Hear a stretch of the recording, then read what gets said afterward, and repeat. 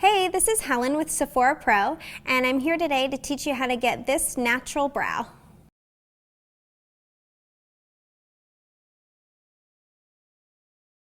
It's pretty simple. I'm choosing to use a waxy, wider pencil. You may choose to use something that has a thinner tip to it.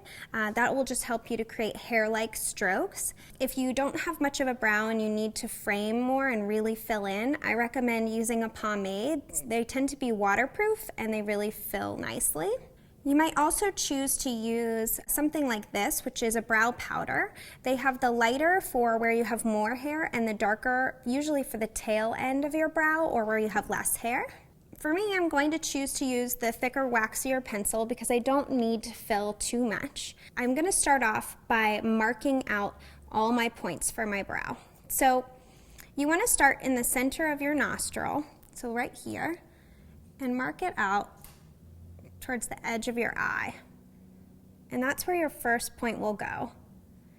Next, you want to look directly in the mirror, go through your iris, same place on the edge of your nose, and mark where the arch is going to go. Then you're going to go to the outer corner of your nose, outer edge of your eye, and mark where the tail goes. And now we can really work on filling the brow. Most brow pencils and brow brushes will have a spoolie at the other end. These are great tools to really brush through and make your brow look the most natural. What I like to do for myself is brush the hairs down because I have a small space between my eye and my brow.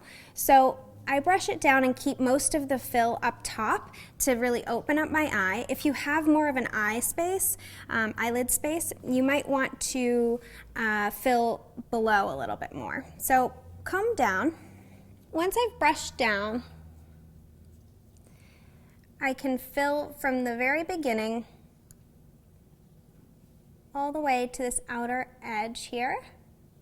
And it's kind of like connecting the dots. Then comb through it, and if you want a more modern look, I like to brush them upwards. It's sort of the new day brow.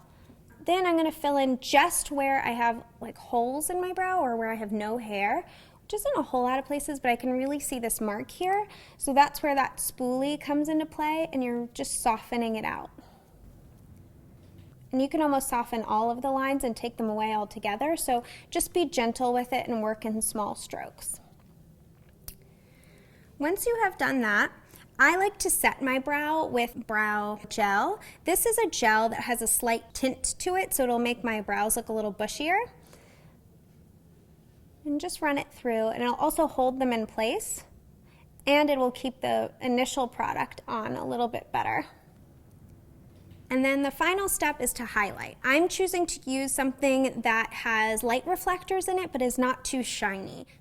I just want to frame it ever so slightly underneath the arch, as well as a little bit on top of the arch and out towards the temple.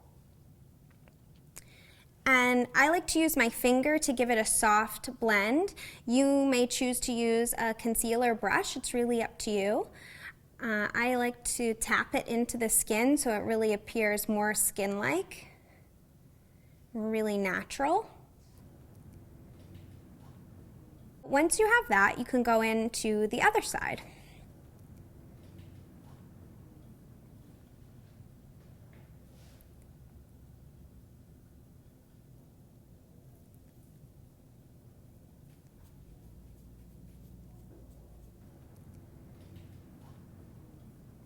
For the bottom section of my brow, I'm actually going to move to this pencil. It makes little hair-like marks.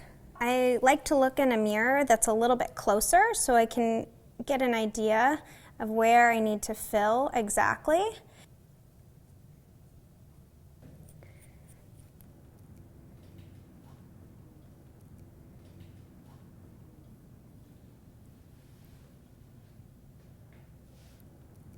And remember, it should be brighter underneath here and less noticeable up top.